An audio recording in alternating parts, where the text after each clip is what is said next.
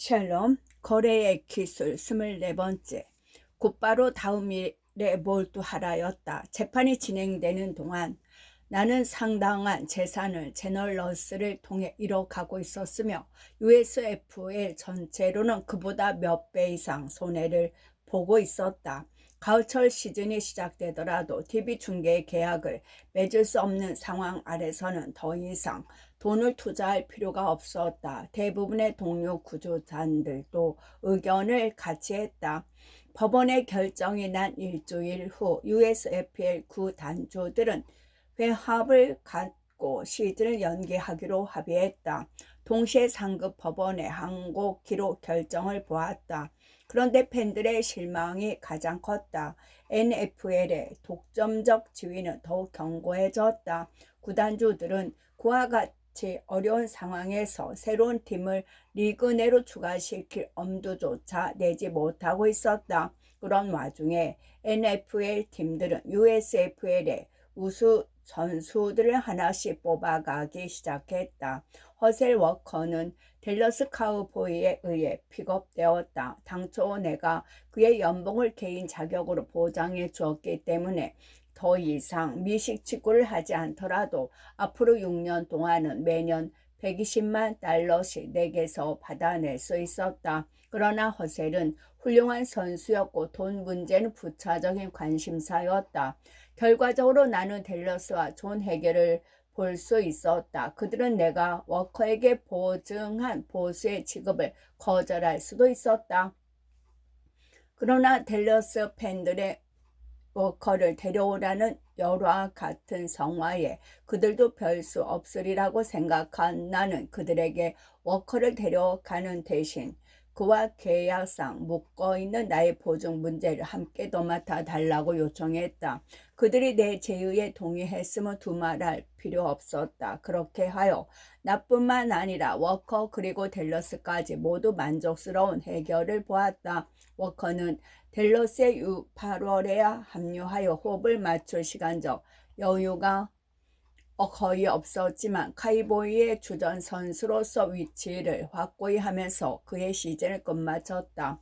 짐 켈리 역시 버펄로 빌스에서 쿼터백으로서 스타 자리를 굳혔다. 우리 팀의 수비수였던 브래드 길버트는 애틀랜티에 가서 그 팀의 최고 선수로서 위치를 확보했다. 작은 체구 때문에 모두가 NF에게 대성하기는 힘들겠다고 하던 더그 플로티는 시카고 베어스로 이적했다. 10명 남짓의 USFL 선수들이 NFL로 이적하여 대부분 각자의 팀에서 스타가 된 셈이었다. 지금도 허셀 워커나 짐 켈리 같은 선수들이 경기하는 모습을 보고 있으면 우리 USFL 리그가 그대로 존속되었더라면 하는 아쉬움이 든다. 만일 USFL이 그때 계획된 대로 가을철 경기를 펼칠 수 있었다면 제널러스는 반드시 최고의 프로팀으로 부상했을 거라고 여전히 확산하고 있다. 나는 지금도 완전한 포기 상태가 아니다. 반드시 재기할 것으로 믿고 있다. 그리고 USFL은 지금 그 우습지도 않은 뉴욕 지방법원의 판결에 대해 항고 절차를 준비하고 있다. 최근 몇 개월 동안 나는 새로운 가을철 리그를 창설해 보려는 웅대한 꿈을 가진 어떤 영리하고 끈질긴 사람으로부터 여러 차례 전화를 받고 있다. 그는 나더러 새로운 리그에서 뉴욕 지역의 연고권을 맡아달라고 요구하고 있으며 나는 지금 심각하게 그의 제안을 검토하고 있는 중이다. 제12장 아이스 링크의 재건. 나는 아무런 기본 계획도 갖고 있지 않았다. 어느 날 무료함이 진력이 난 나는 무엇인가를 해야겠다고 결심했다. 1986년 5월 22일 아침 뉴욕타임스 일면에는 뉴욕시 관리들의 센트럴파크에 있는 울먼 스케이팅 링크를 재건하기 위해 모든 노력을 기울이기로 결정했다는 기사가 실렸다. 일이 계획대로 되면 아이스링크는 앞으로 2년 내에 문을 열 것이라고 뉴욕시 관계자들은 말했다. 나는 이 기사가 믿기지 않았다. 우선 무엇보다 아이스링크에 관한 한 일이 안 되면 안 됐지 잘 될 것이라고 믿을 근거가 없었다.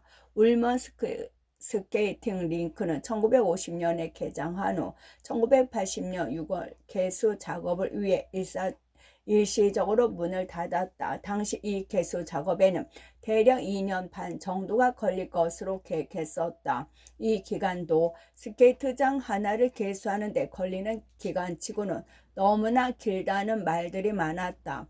우연의 일치인지는 몰라도 마침 1980년 6월 나는 6층의 쇼핑센터와 수천 평방피트의 사무실, 263채의 주거용 아파트를 갖춘 68층짜리 마천루 빌딩 트럼프 타워의 신축 공사를 시작했다가 꼭 2년 반 만에 당초 계획했던 시간과 비용을 들여 공사를 끝마쳤다.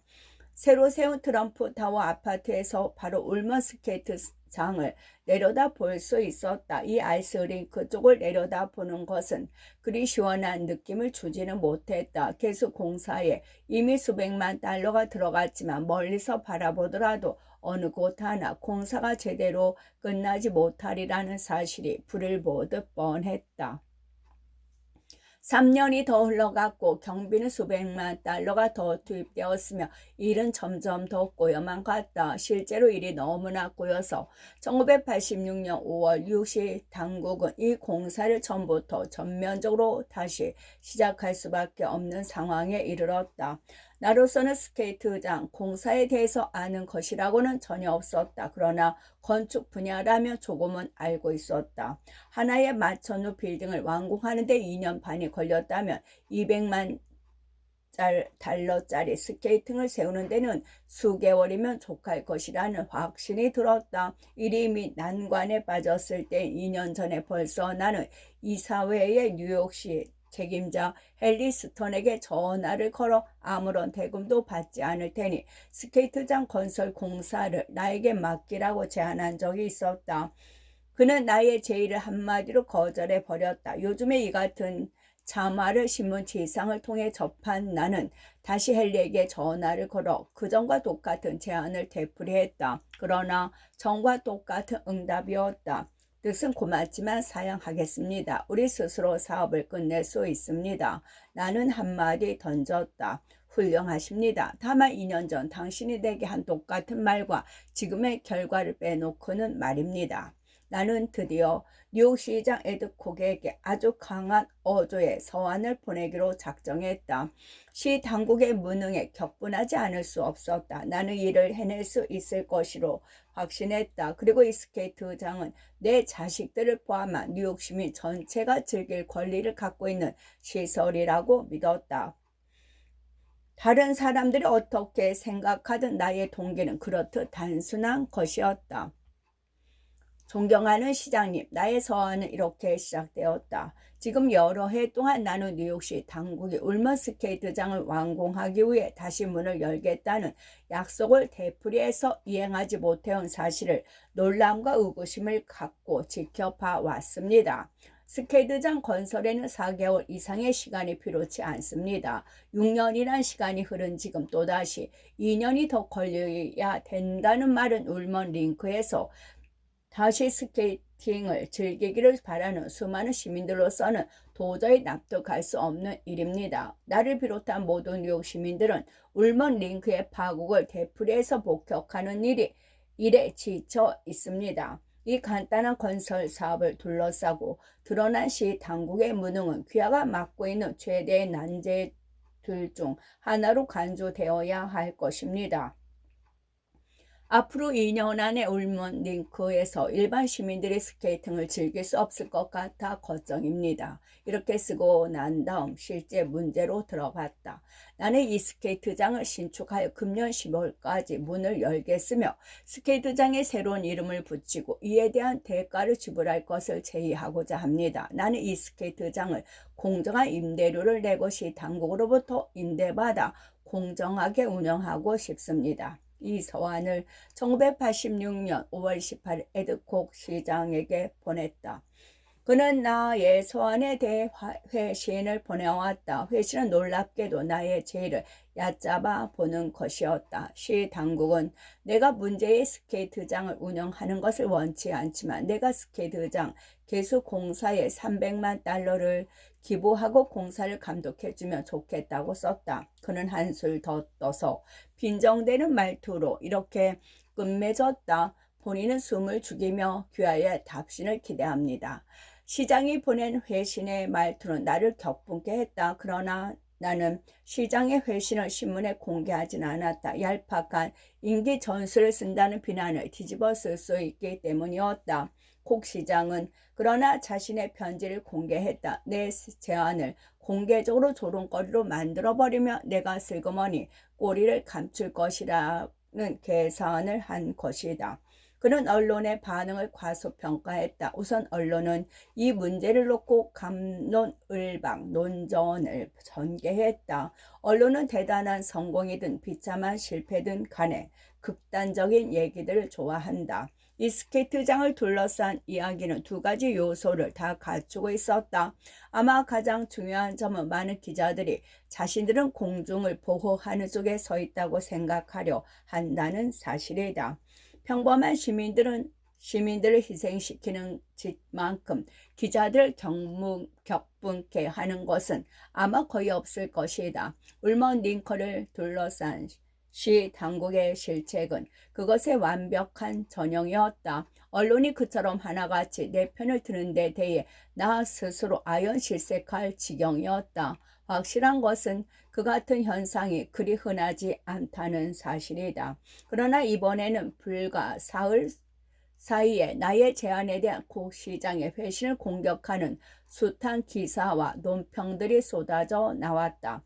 데일리 뉴스지는 사설에서 곧 행정부는 센트럴파크에 있는 울먼 링크를 개축해서 운영해 보겠다는 도널드 트럼프의 제안에 대해 헛기침을 하며 말을 얼버무리고 있다. 무엇 때문에 그럴까? 그의 제안은 아무런 꼬투리도 달지 않은 진지한 것이다. 콕은 이 점을 알고 그토록 오래 끌었고 또한 지금 자금도 많이 쏟아 넣은 재앙에서 손을 떼므로써 한시름 놓는 것이 좋을 것이다.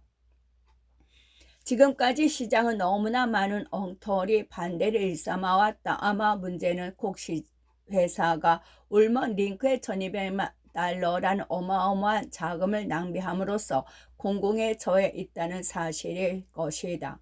뉴욕 포스트지는 이렇게 썼다. 트럼프는 스케이트장을 개축해서 1월까지 문을 열게 하겠다는 울먼 프로젝트 인수 제안을 내놓고 있다. 13년에 걸쳐 수백만 달러의 자금을 그대로 당진한 뒤 그들이 환호 작약하고 있을 것으로 생각될 수도 있다. 그러나 그렇지 않다. 시청 관리들은 사업을 성취시키려 하기보다는 사업이 더 이상 진척되지 않도록 하는데 더 관심을 기울이고 있는 것처럼 보인다. 시는 도널드 트럼프에게 어서 빨리 사업 계획을 설명할 기회를 주어야 한다. 울먼 코미디는 너무나 오랫동안 계속되고 있다. 수년 동안 정치인들과 만나서 내가 배운 것이 있다면 그것은 그들을 움직이도록 보장하는 것은 언론 또는 더 특정적으로 꼽는다면 언론에 대한 공포라는 사실이다. 여러분은 정치인들에게 갖가지 압력을 넣거나 온갖 정황과 위협을 하거나 그들의 선거운동에 많은 돈을 대줄 수 있다. 하지만 일반적으로 돌아오는 것은 거의 아무것도 없다. 그러나 그들에게 악평을 제거할 수 있는 언론을 들먹여보라. 비록 별로 유명하지 않은 인쇄물일지라도 그러면 대부분의 정치인들이 펄쩍 뛰는 것을 알게 될 것이다. 언론의 혹병은 지지표를 잃는 결과를 낳는다. 그리고 어느 정치인이 엄청난 표를 잃어버릴 경우 그는 또다시 도전하려는 의욕을 잃게 된다. 그러면 그는 월급쟁이로 전락할 수밖에 없는 지경에 이른다. 이것이야말로 대부분의 정치인들이 우려하는 최악의 상황이다. 에드코 시장에 대해서 반드시 알아두어야 할 것은 그가 순수하고 단순하면서도 약자에게는 강하고 강자에게는 약한 그런 사람이라는 사실이다. 이런 사람들은 때로 거칠게 행동할 수 있다. 그러나 그들은 실제로는 엄청난 겁쟁이들 인 것이다. 이들이 약점을 들춰내고 멸시하는 대상은 대개 자신들이 이겨낼 수 있다고 생각하는 사람들이다. 거꾸로 참으로 강인하고 유능한 사람은 끈질기게 도전하고 싸워서 기어코 아무리 힘든 목표와 대상이든 극복해내고야 만다. 곡과 같은 사람은 대개의 경우 어려운 문제에 부딪히면 평소와는 너무도 다르게 움츠러든다. 확실히 여론의 흐름은 하룻밤 사이에 모든 것을 뒤바꾸고 말았다. 언론들이 콕을 물고 늘어지자마자 그는 완전히 움츠러들었다. 갑자기 시 당국은 나에게 울먼 링크 사업을 맡아달라고 싹싹 비이는 것이 아닌가. 6월 6일 나는 울먼 링크 개축 공사에 관해 합의하기 위해 헨리스턴을 포함한 뉴욕시 관리들과 마주 앉았다. 그때까지만 해도 시 당국은 종전의 여타시 당국 건설 사업에서와 마찬가지로 경쟁 입찰을 고집해 왔었다. 나는 간단한 해결책을 제시했다. 스케이트장 건설 공사에 소요된 일체의 비용을 내가 책임지겠다고 말했다. 그 대신 스케이트장이 완공된 후에는 그로부터 걷어들이는 수입으로 건설 공사에 들인 자금을 변상받겠다는 것이었다. 다시 말하면 내가 건설 공사를 처음부터 끝까지 감독할 뿐만 아니라 300만 달러의 돈을 무기한으로 시 당국에 빌려주겠다는 얘기였다. 또 완공된 스케이트장이 수익성이 없을 경우에는 그 돈을 영원히 시 당국에 빌려주겠다고 했다. 관리들은 나의 제안을 듣더니 그렇게는 할 수 없습니다. 당신이 그 스케이트장에서 이윤을 올리도록 허용할 근거는 없습니다. 라고 주춤했다. 나는 이렇게 말했다. 아니요, 당신들은 내 말을 잘 이해하지 못하는군요. 스케이트장 운영으로 돈을 벌면 그 돈은 내가 시 당국에 빌려준 돈을 상환해 가는데 쓰겠다는 말이지. 내가 무슨 개인적 이윤을 챙기겠다는 얘기가 아닙니다. 실제로 내가 돈을 돌려받게 될 경우 나는 그 돈을 자선사업에 기부할 생각이요. 나와 내 고문 변호사들의 설득에도 아랑 곳 없이 시 관리들은 좀처럼 마음을 바꾸려 하지 않았다. 그 대신 그들은 나에게 역제안을 내놓았다. 즉 경쟁 입찰에서 낙찰받기 위해 300만 달러를 제시하라. 그래서 낙찰을 받고 공사가 끝나면 시에서 전액을 지불하겠다는 얘기였다. 이들의 제안은 내가 전부터 제안한 방법보다 시 당국에 훨씬 더 불리한 것이었다. 내가 최초로 제안을 내놓은 때로부터 10일이 지난 6월 6일 금요일 하루도 거의 다 간 저녁 때야 되어서야 우리는 합의에 도달할 수 있었다. 이제 남은 것은 시 회계위원회의 승인이었다. 나는 일단 내 돈을 들여 이 공사를 12월 15일까지 완료한다는데 동의했다. 그러고 나서 링크가 제대로 운영될 경우 시에서는 나에게 300만 달러를 갚아준다는 것이다. 물론 내가 당초 예상보다 적은 비용으로 공사를 마칠 경우 시에서는 내가 쓴 경비만큼만 돌려준다. 또 내가 예상보다 더 많은 비용을 들였다면 그 초과된 경비는 내가 부담해야 한다. 시 당국은 내가 공사를 맡아주기를 진심으로 바라고 있는 듯했다. 나는 이제 꼭 한 가지 문제만 해결하면 됐다. 그것은 공사를 빨리 그리고 올바르게 하는 일이었다. 만약 내가 실패한다면 이를테면 공사가 하루 지연되거나 비용이 1달러라도 초과한다면 나는 가방을 챙겨 가지고 아르헨티나로 날아갈 작정이었다. 에드콕 시장을 비롯해서 어느 누구도 나를 그냥 내버려 두지는 않을 것이었다. 나 자신 스케이트장 건설에 관해서 아는 것이라고는 전혀 없었기 때문에 최고급 스케이트장 건설 전문업자를 찾아내기로 마음먹었다. 친구 로직은 캐나다에 전문업자들이 많다고 알려주었다. 캐나다 사람들에게 아이스 스케이팅은 미국인들의 야구와 마찬가지로 국민운동 종목이다.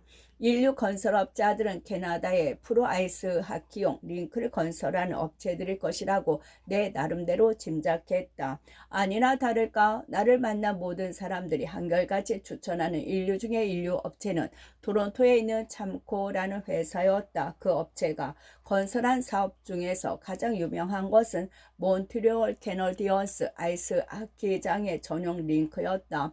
나는 이 회사의 최고 책임자에게 전화를 걸어 아주 기본적인 의문점부터 물어보았다. 대형 5개 아이스링크를 건설하려면 어떻게 해야 될까요? 그는 아이스링크 건설에 매우 빠른 절차를 말해 주었다. 가장 기본적인 문제는 우선 어떤 재빙 시스템을 선택하느냐 하는 것이라고 그는 말했다.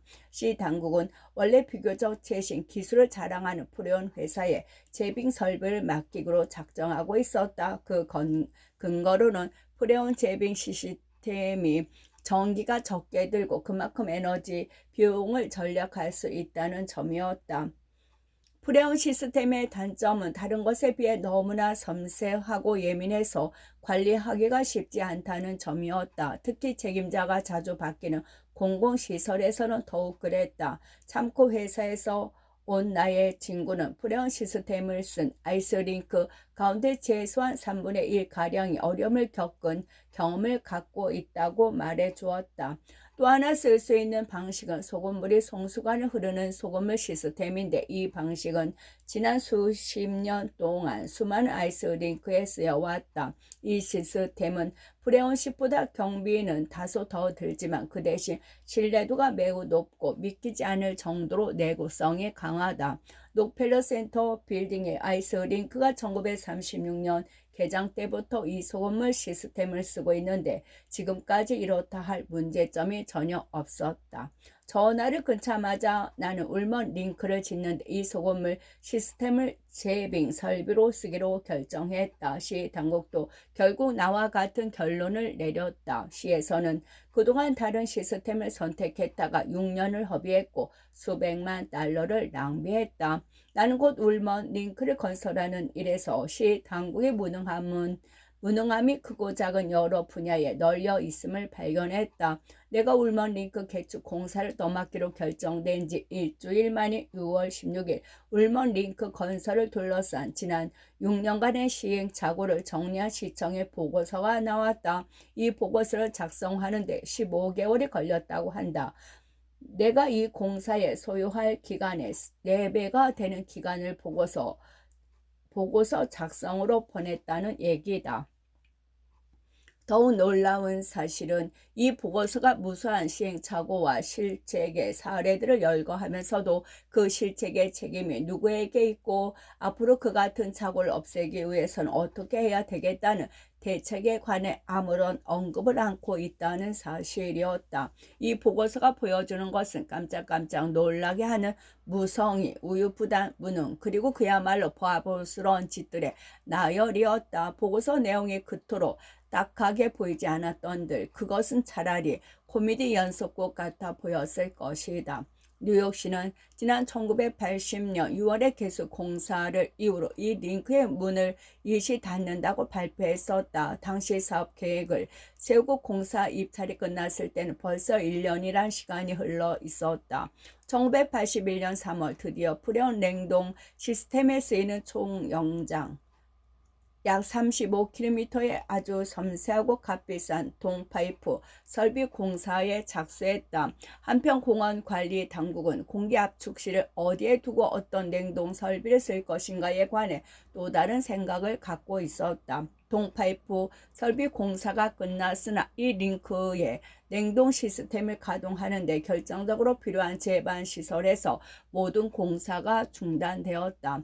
재빙 설비 공사가 완료됐지만 링크 자체의 외형 등 도안 설계는 되어 있지 않은 그런 식이었다. 특히 이 링크의 바닥은 약간 경사지게 설계되었다. 이 때문에 한쪽 끝이 다른 쪽보다 8인치쯤 높았다. 이 같은 경사는 원래 목적이 있었다. 시에서는 이 링크를 여름에는 태양 광선이 수면에 반짝이는 아름다운 연못으로 전용할 계획이었고, 햇빛이 수면에 반사되게 하기 위해서는 바닥을 비탈지게 하는 것이 효과적이었다. 그러나 겨울에 아이스링크로 쓰려면 바닥의 경사는 문제가 안 될 수 없다. 이러한 상황에서